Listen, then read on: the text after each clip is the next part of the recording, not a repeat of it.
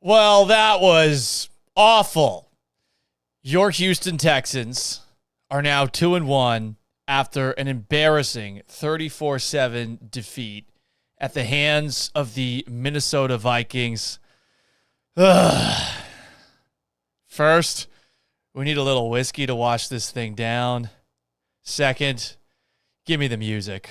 A radio show host in Seattle called Paul Gallant. You are definitely living in the hindsight world today, Paul. Do you feel there's been a consistent theme with the interceptions? I think every interception really has a different story. I was just kind of curious what Paul gets to see. F***ing grow, mother. Are you kidding me? Paul Gallant, what the hell is wrong with you?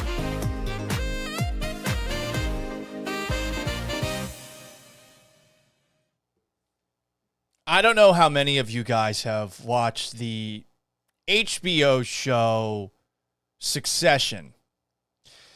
It's a show about a family of rich people.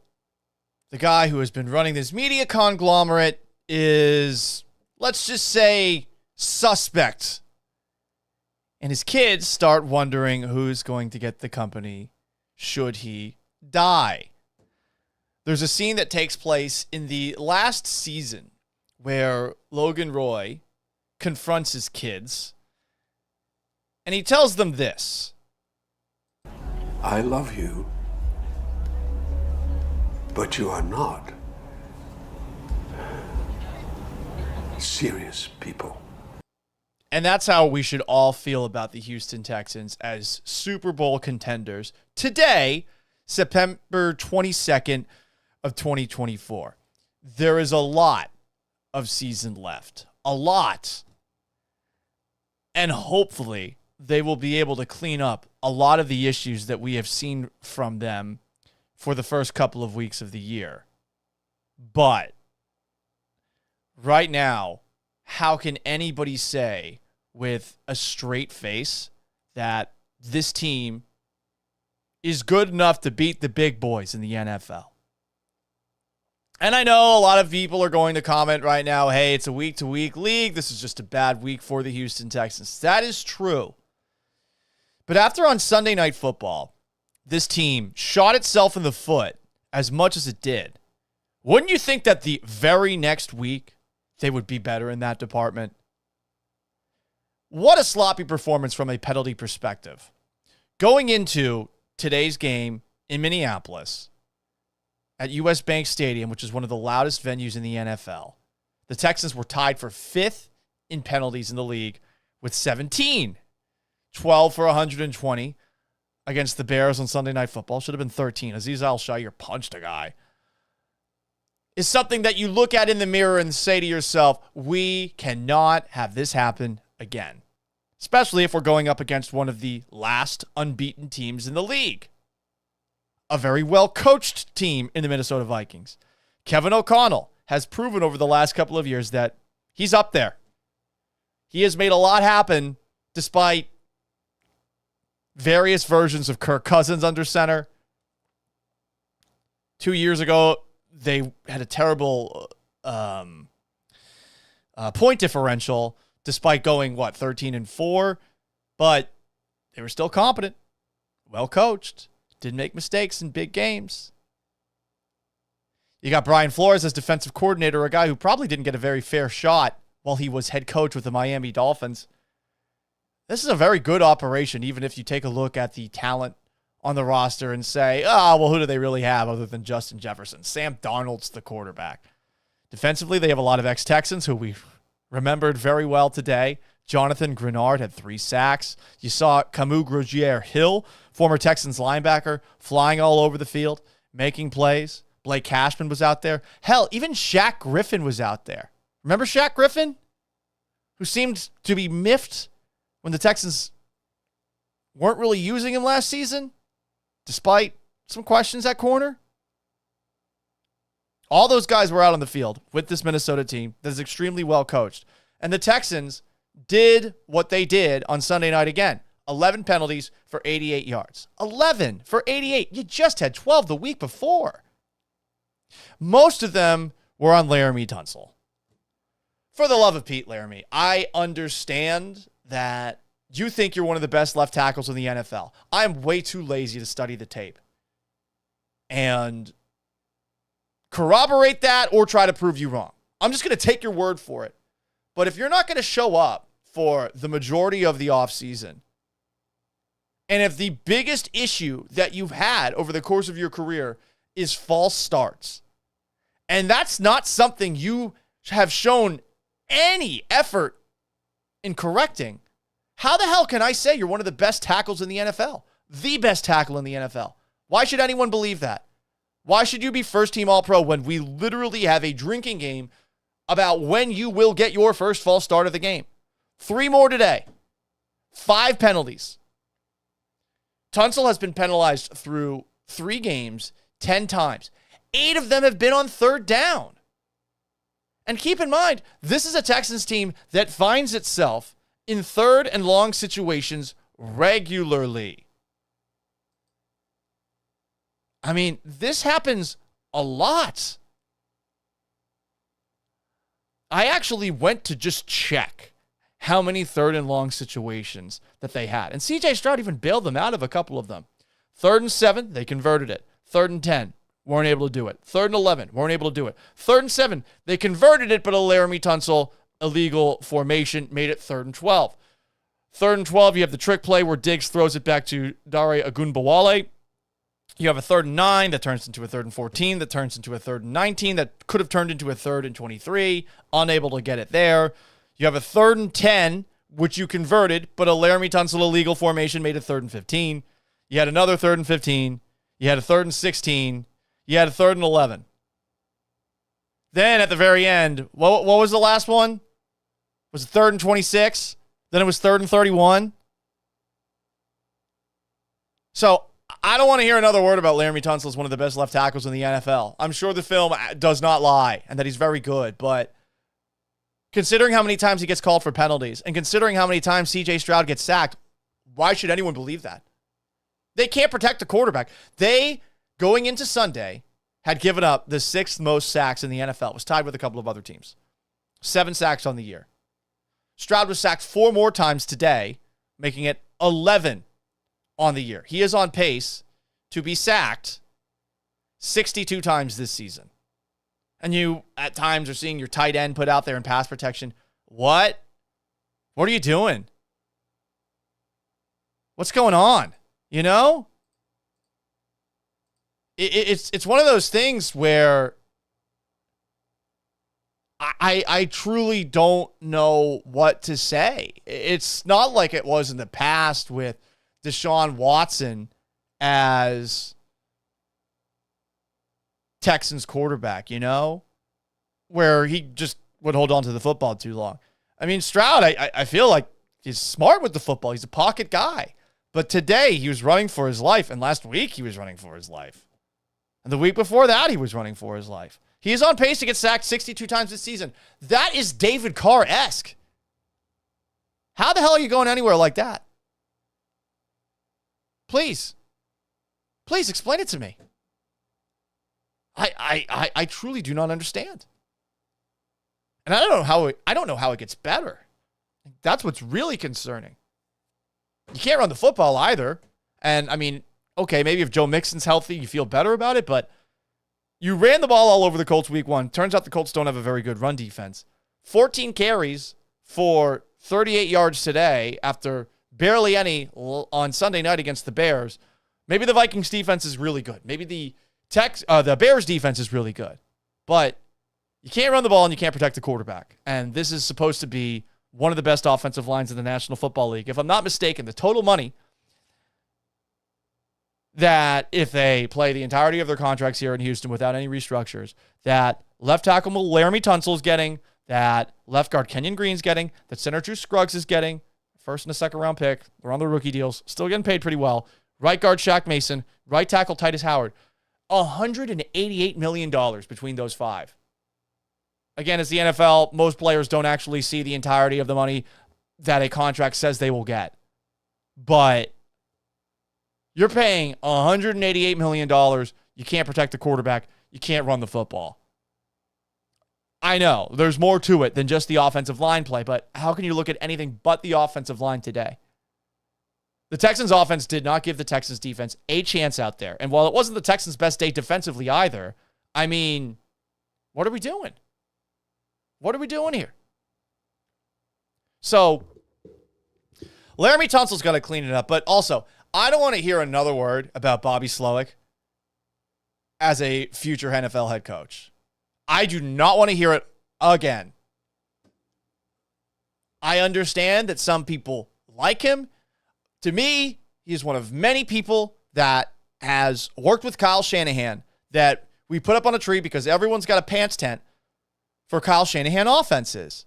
So he's running his own variation of it. But if they can't run the football last year or this year, and if the issues that we saw the first couple of weeks of last year in pass protection are happening again, an offense that has Nico Collins, Stephon Diggs, Tank Dell, and Dalton Schultz should not look like it did on Sunday. So why is Bobby Slowick being put on a pedestal? He's got a lot to work with. He's got a lot of money invested in that offensive line, which can't pass protect and can't run block. He's got a lot of money invested in the wide receiver group, a lot of talent in the wide receiver group, has a competent tight end. How does that happen on Sunday? With, by the way, a top 5 quarterback under center. This is the second time that we're doing this because we had some technical issues with the last live stream that I put up. I am struggling, really struggling here to figure out why people like Bobby Slowick the way that they do. And maybe we're all close to it, but everyone's thinking to themselves, oh, man, will the Texans offense be good without him? I mean, it might. Jerrod Johnson might be better as offensive coordinator. I mean, the one good play of the game was the reverse to Stephon Diggs, who throws it back. Like, you not even a reverse. You had the screen pass to Stephon Diggs, who throws it back to Dare Ogunbowale on 3rd and long. So you get the first down. This is the one good play of the game. And Stroud was not perfect today. He has had a lot of near misses of late. I know he hasn't had an interception since, I guess, week 11 of last year, but there were a couple of near misses along the way, and finally it caught up to him. But I can't help but look at Bobby Slowick, especially with so many people that kiss his ass and just wonder why it is that we act like he is this incredible offensive coordinator. No, he's just in a great situation. But if you're in a great situation and you're not making it work, I mean, who else are we going to point the finger at? We got some comments here. You can join us on YouTube at Paul Gallant. You can join us on Twitch at Gallant Says, usually on Instagram at Sports Gallant. I apologize for the technical difficulties. This is partly being out of practice. I didn't do a live stream after last week's game because I got home so late from the game. On X, at Gallant Says. I don't know if it's running on X. The issue is whenever I schedule these events, and I'm sure no one actually gives a shit, but when I schedule these events, the OBS studio that I use, I have a very difficult time having everything, I guess, actually show up in the software that I'm using. Jeremiah Chavez comments, super chat, $5. Paul, break something in your room. Do it for the gram. What do we got? I don't want to break this Texans cocktail glass, right? I don't want to do that. What do we got? Let's see. I don't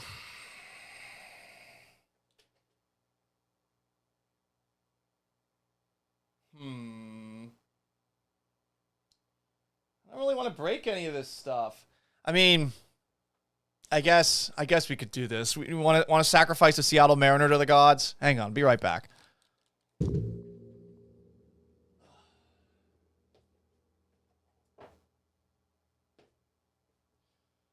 This is a Kyle Seager bobblehead, and he has been dropped.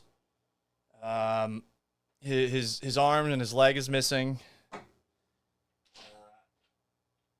His head's still there, but it's a bobblehead. This thing did not last very long. Yeah, we're just gonna keep him maimed up on the shelf over there. So there you go. $5. Super chats. You guys can make a difference. You can help me feed my cat. Efrod says Tunsil only cares about Tunsil.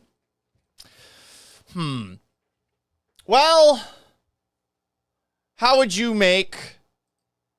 you make of this quote after the game from Laramie Tunsil? I saw this courtesy of Will Kunkel of Fox 26. You can follow him on Twitter at Will Kunkel Fox. Did he delete it? Maybe I'm thinking it was a Mark Berman tweet. Let's see. Sorry, guys. I thought I had it in front of me, but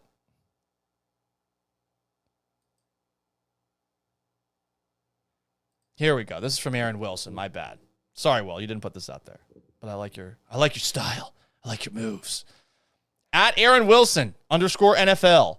Texans Pro Bowl left tackle on illegal formation calls. They tried to make an example out of us.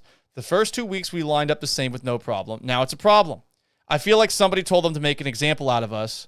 Gotta call it the same both sides. I mean, okay, that's 2 penalties. What about the false starts? Laramie Tunsil on the false starts. False starts, I want people to understand. We all have to be on the same communication. I'll take accountability because they're calling my name, but it takes all of us. Okay, so you combine both of those quotes. It does feel like Laramie Tunsil's deflecting blame here, right? He's deflecting blame.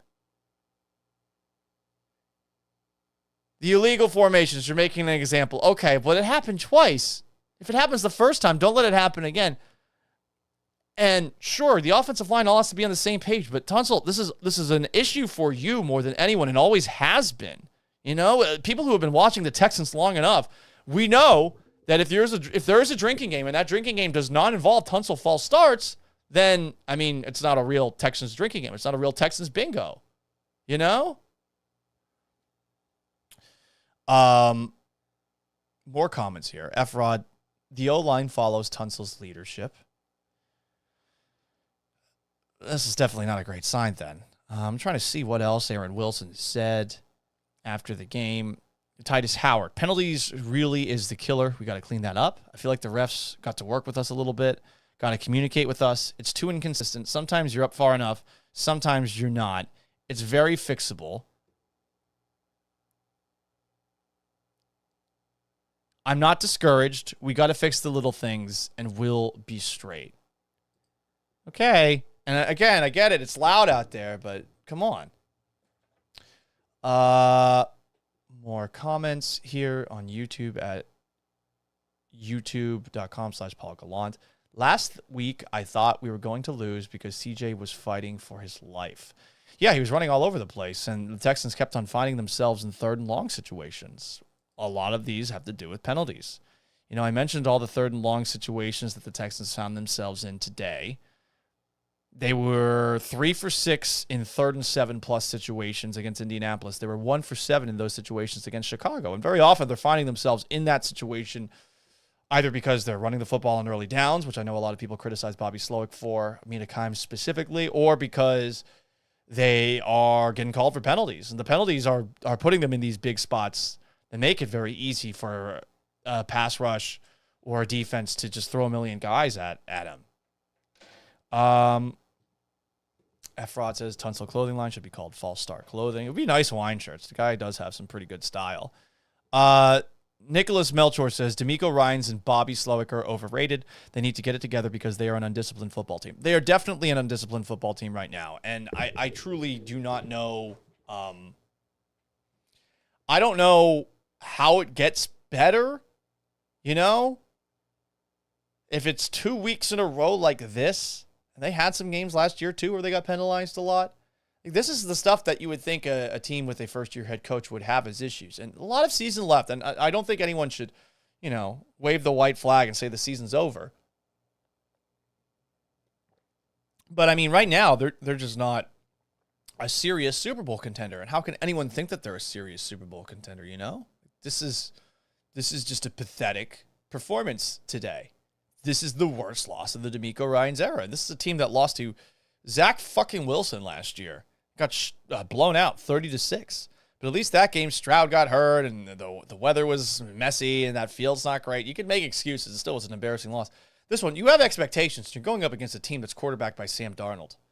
I don't give a shit how good of a head coach Kevin O'Connell is. It's Sam fucking Darnold, dude.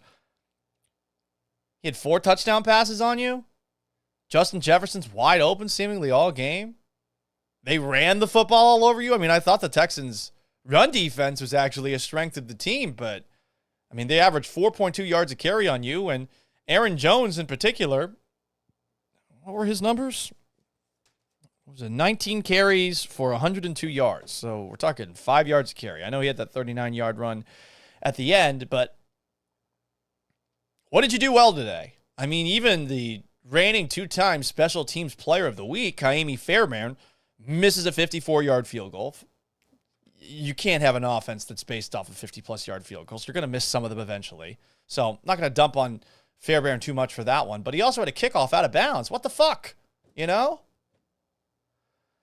All right, more comments here. My kitchen is dirty. Hi, Mr. Gallant. I'm representing the Minnesota Tribune. Can we get a quote? Do you think Brian Flores should be a head coach again? And was he right about Tua being an assistant clown of a quarterback, an ass clown of a quarterback? Did he say that?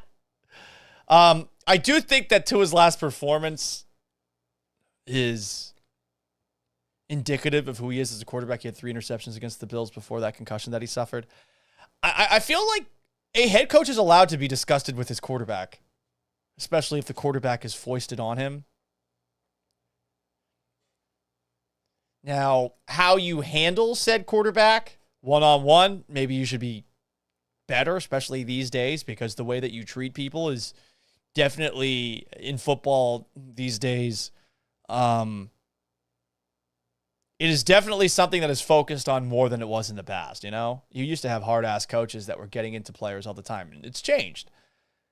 But, yeah, I mean, Flores is someone who should be talked about as worthy of another head coaching opportunity, way more so than Bobby Slowick should be with his first.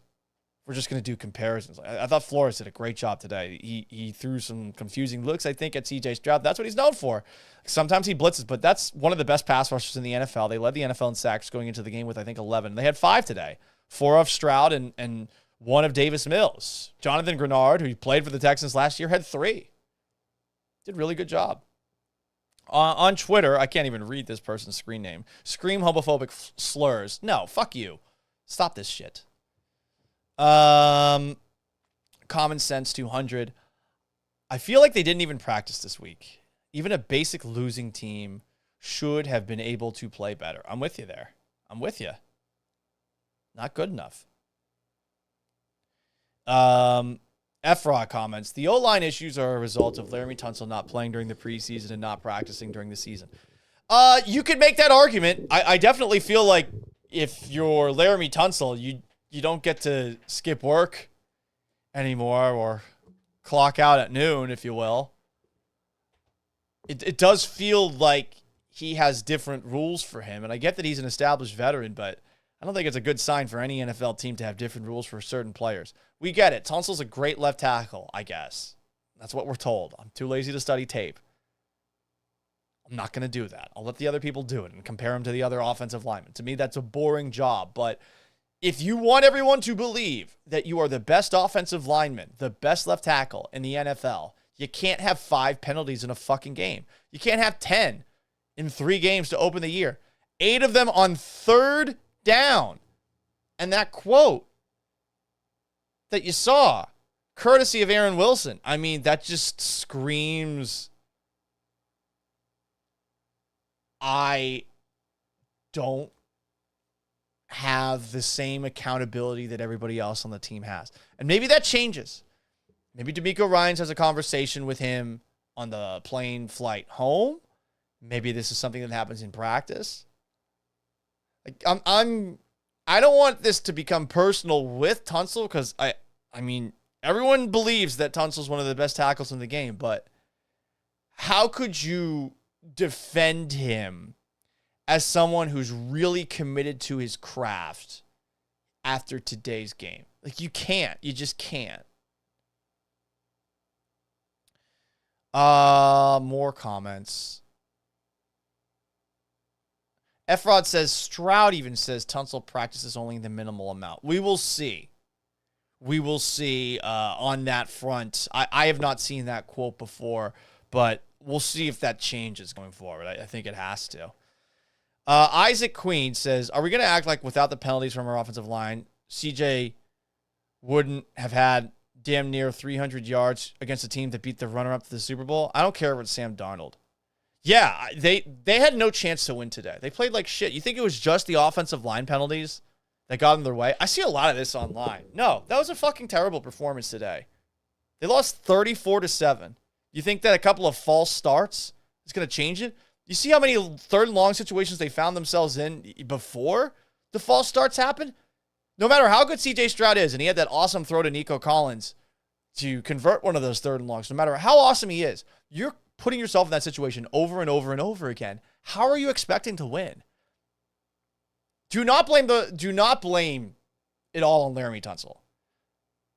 He is the easiest person to get mad at today, but there are so many other people to blame in this one. I mean, as Big Bag says on YouTube, they were defending Justin Jefferson like he's not Justin Jefferson. He was so wide open. I don't know if he had a second half reception, but I know he had 8 catches for 81 yards and a touchdown, and it did feel like he was incredibly wide open on this game. They did some smart stuff. This is why Kevin O'Connell's one of the best coaches in the NFL. I think that's a strong argument to be made right now. He was finding ways to get Justin Jefferson in spots where he was being guarded by guys like Jalen Petrie or guys like Eric Murray. He was moving them all over the field.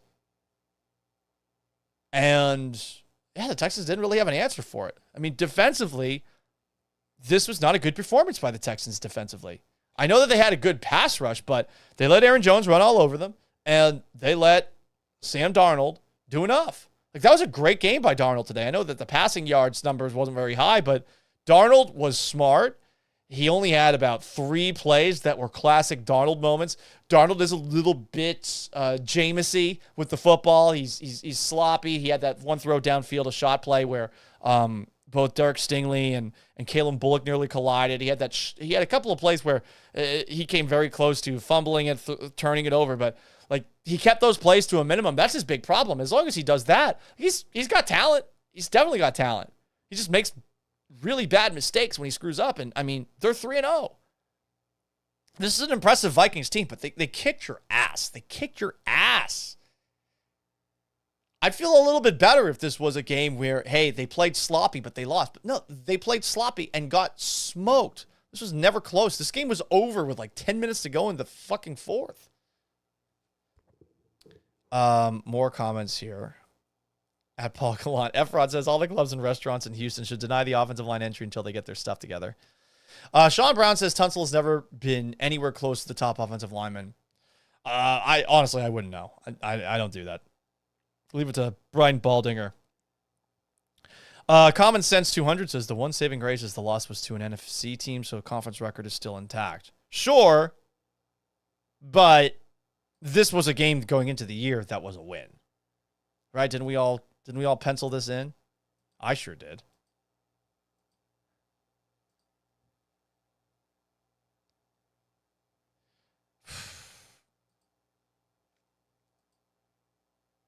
Someone, Pro Kara comments on YouTube.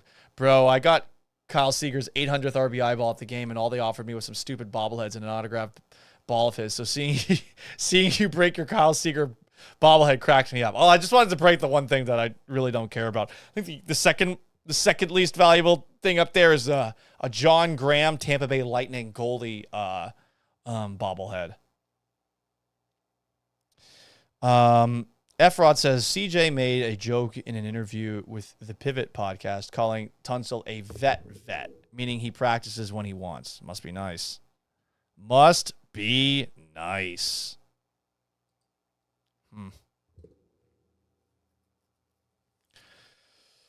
What else do we have here? You can join on YouTube at Paul Gallant. You can join on Twitch at Gallant Says. I think the Instagram account is rolling at Sports Gallant. Facebook.com/Paul Gallant. What else do we have to get to? CJ Stroud is partly to blame for this. I thought he missed some balls, and I think you could tell he missed some balls out there. I'm not going to be harsh. He's going to have some down games, but when you got a quarterback like this, you got the offensive talent you have, even if the Vikings have a great defense, and they might, and a great defensive guy calling the game, which they do have, you can't be getting blown out like this. What else do we have here? Interesting, I guess, spin zone afterwards. We'll do more of this on tomorrow's show. CJ Stroud, I'm grateful and blessed that we did get our tails whipped today. Now it's something to learn from. Sure, it is something to learn from. I just feel like a lot of the slop was something they could have learned from Sunday night, you know? Like, should it take an ass whipping like this to wake you up? DeMeco Ryans said, it's a lot easier to correct mistakes following a win, so I imagine this week it's going to be a really hard one. This is from Chancellor Johnson of KPRC. This is the worst performance by the Texans since he's been here. I agree with that comment. I do. Skeeter 2 times says, what a fucking game. Yeah, it was bad. More commentary. This is about the pre-snap penalties. DeMeco Ryans, stopping the pre-snap penalties starts with manning up and taking ownership. Well, if we're looking at that Laramie Tunsil quote, false starts. I want people to understand we all have to be on the same communication. I'll take accountability because they're calling my name, but it takes all of us. Reading that quote, how can you possibly think to yourself that Tunsil is someone who's being accountable after seeing something like that? Like, that's the opposite of accountability.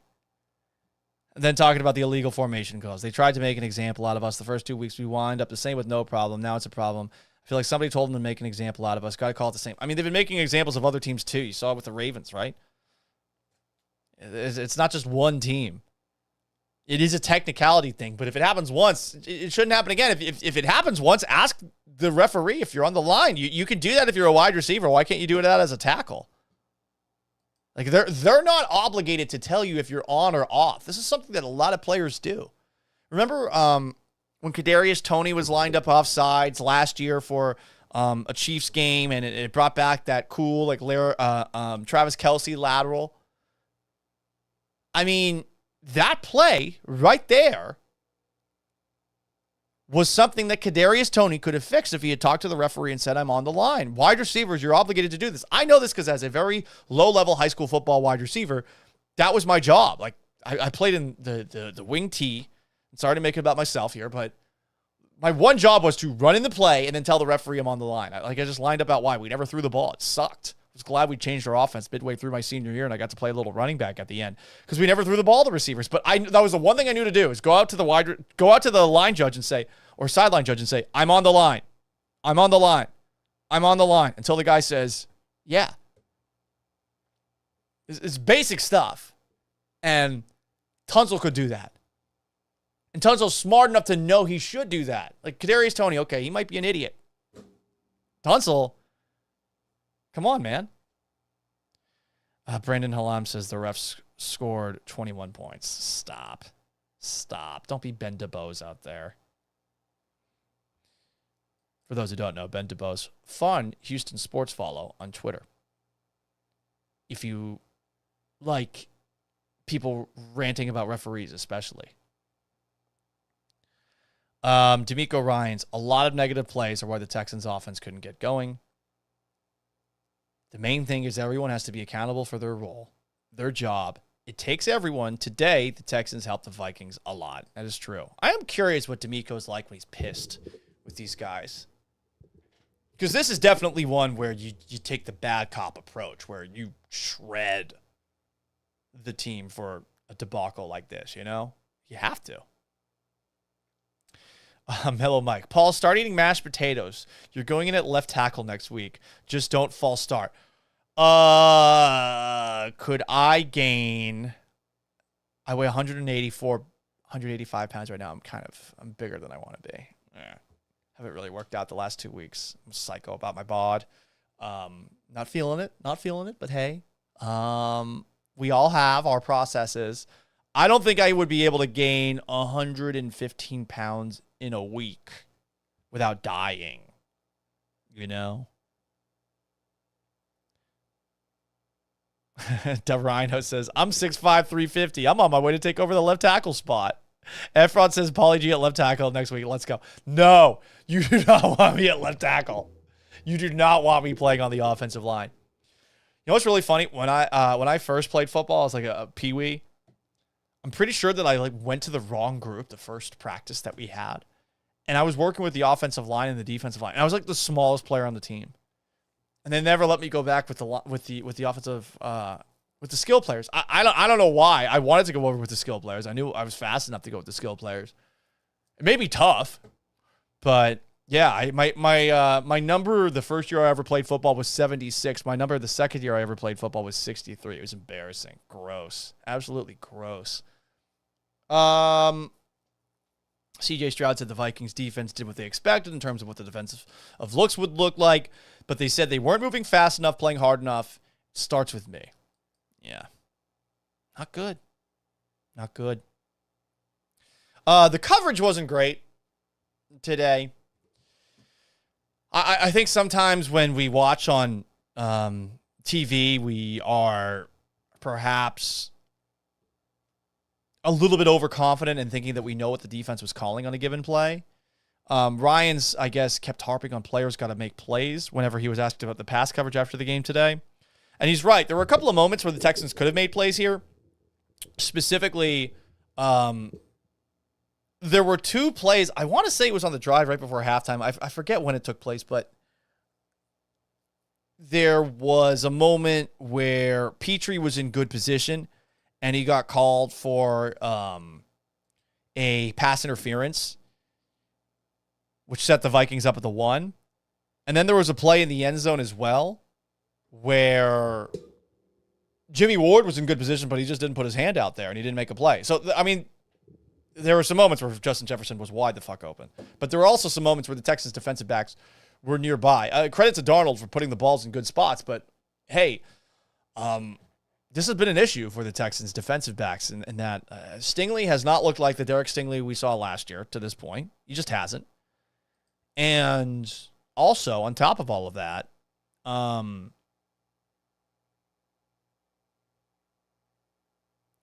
sorry, having a bit of a brain fart here.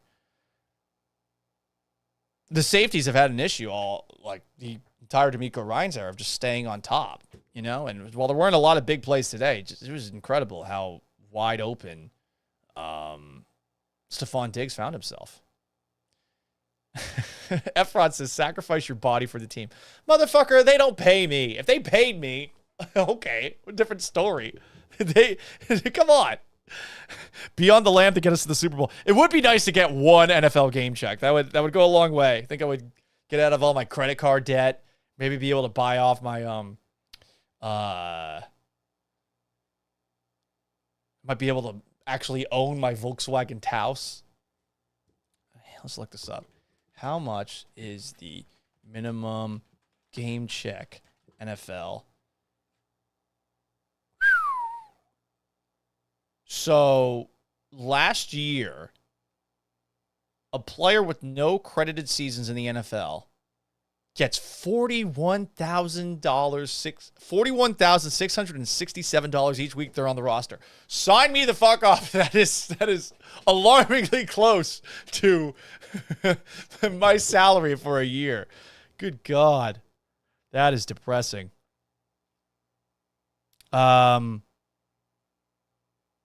Efron, if Paulie G has one good game, he can start his own clothing line and become a regular at local gentleman clubs. I don't really like strip clubs. I'm just going to say, I don't like that you can watch, but you can't touch. And why would I want to pay like $20 plus for a dance or throw cash out there when I can, I don't know, look at things for free online, if you will? I would never, of course, because I'm a gentleman. Also, it's Texas, so you have to get around some obstacles to watch it these days. Paul goes in, gets blown up, goes out. Give me my check, I'm out. I don't know, though. I don't know. Like, I'm bigger than I was when I played in high school, but we played at such a low level. I think one hit would do some serious damage to me at 35 years old. I'm just trying to think, like, if the Texans tight ends were getting torn up in pass protection, Dalton Schultz, woof, rough day for pass protection. Not something you're expecting him to do very often, but if Dalton Schultz, who I think has probably like 70 pounds on me, is getting thrown around like a rag doll out there, I am dying so quickly. Would my Achilles snap as I get bent over backwards? It wouldn't be good. No one would want to see that unless you want to watch it like comedically, just to see me take pain. But yeah, it's not. Sadly, I do not have the same budget as Jackass, the TV show, so I don't know if we want that. Unless you hate me. And if you hate me, well, fuck you. On that note, that's pretty much it. I don't know what else to say. It was a shit show of a performance, and they got to do better. Got to cut the penalties down. And I think we got to slow our roll when it comes to praising Bobby Slowick, when it comes to praising DeMeco Ryans. And I know there's a lot of hype attached to this Texans team going into this year, but they are not serious Super Bowl contenders entirely based off of today. A lot of season left. Season's not over. Still in first place in the AFC South, which looks like it's going to be a rather uncompetitive division. We'll see what the Jaguars do tomorrow night in one of the 2 Monday Night Football games. That's who the Texans play next week, but this is a real disappointment. And I think a real reality check for a team that may or may not be loving the smell of its own farts just a little bit too much. This will be up in podcast form on Spotify. Search for the Gallant Says podcast, or on Apple Podcasts. You can also get it wherever you like to stream, on YouTube at Paul Gallant. If you haven't already, please like this video and subscribe. I'm also on Twitch at Gallant Says, Facebook.com/Paul Gallant Sports. You can also see me on Twitter at Gallant Says or at Gallant Says Pod. I guess it's called X now, whatever. And also on Instagram too, at Sports Gallant, and on TikTok at Gallant Says. I appreciate all follows, all likes, blah, blah, blah, blah, blah, blah, blah. We will try to do another show tomorrow after my radio show, which you can catch from noon to 3, ESPN 975 and 92.5 on the terrestrial radio side of things. We're on YouTube at ESPN Houston, on Twitch at ESPN 975. That show will be noon to 3. We're going to try to do a show at 4. We're going to try to make it a daily occurrence. We'll go 30 to 45 minutes or so. But I appreciate you guys stopping by and all the likes, subscriptions, super chats, all that jazz. You guys rule. The Texans did not rule today. In fact, they drooled. Oh. That was bad. That was bad. I'm sorry. Until tomorrow at 4 o'clock, I am merely Paul Gallant. So long, farewell, and